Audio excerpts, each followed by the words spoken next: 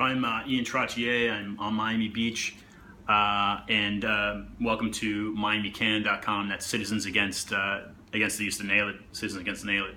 I've teamed up with Richard Pressinger up in Chapel Hill. He runs chem-talks.com, and he's been fighting the use of chemicals and insecticides for quite a while. 2 weeks ago, I went to the Miami Beach City Hall meeting. They had a representative from the county. Deputy Hudak, I believe is her name, Hudak. And when she had presented her case, basically both cases, a case for ZIKA, or case for Naled, case against Naled, okay? Basic that, not for ZIKA.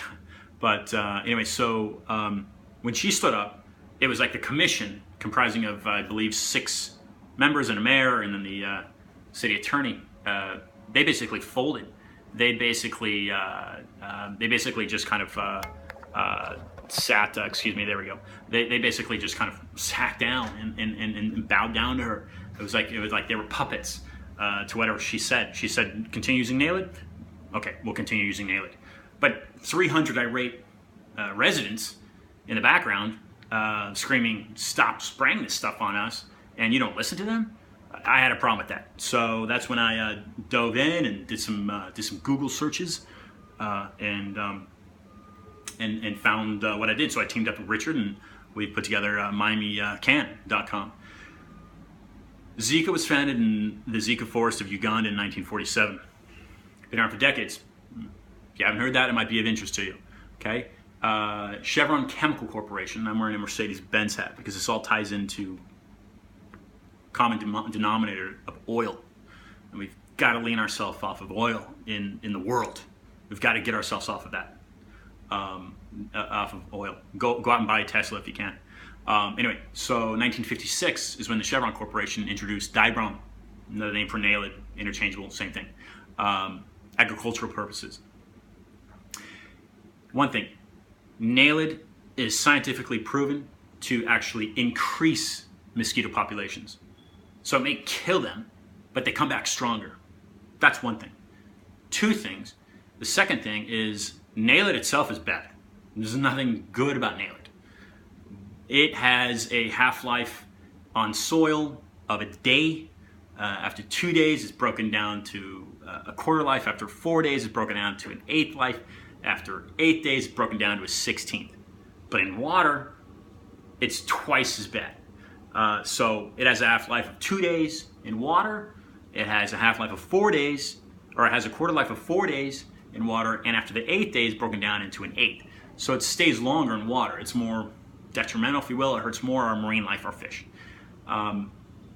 Through a process called photolysis, if I got that right, photolysis, the Naled dries. When it's exposed to sunlight, that's when the byproduct, dichlorovose, becomes extremely potent. In fact, 5 to 150 times more potent. That's a problem, dichlorovose.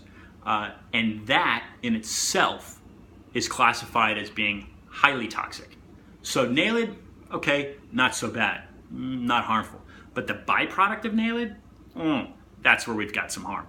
And the study just of Naled, I believe, not without going into it, but the study itself, from what I know, says that Naled, out of studies in Oslo, Naled is proven to cause microcephaly.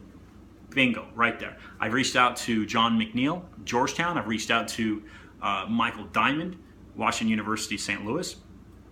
Both individuals have been unable to provide me with science and data that directly link ZIKA as being the cause to microcephaly.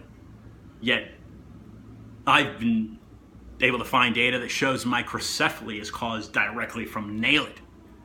And dichlorovose, which is its byproduct, is super dangerous, 5 to 150 times worse, more dangerous. That's a lot. For an example, given to a population of birds, a dose of 12 milligrams per, I believe, kilogram of body weight, it's killed half of the birds. In contrast, 50 milligrams per kilogram, it's killed half the birds. This is potent stuff. It's classified as a human carcinogen, and we're getting sprayed with that stuff here in Miami Beach.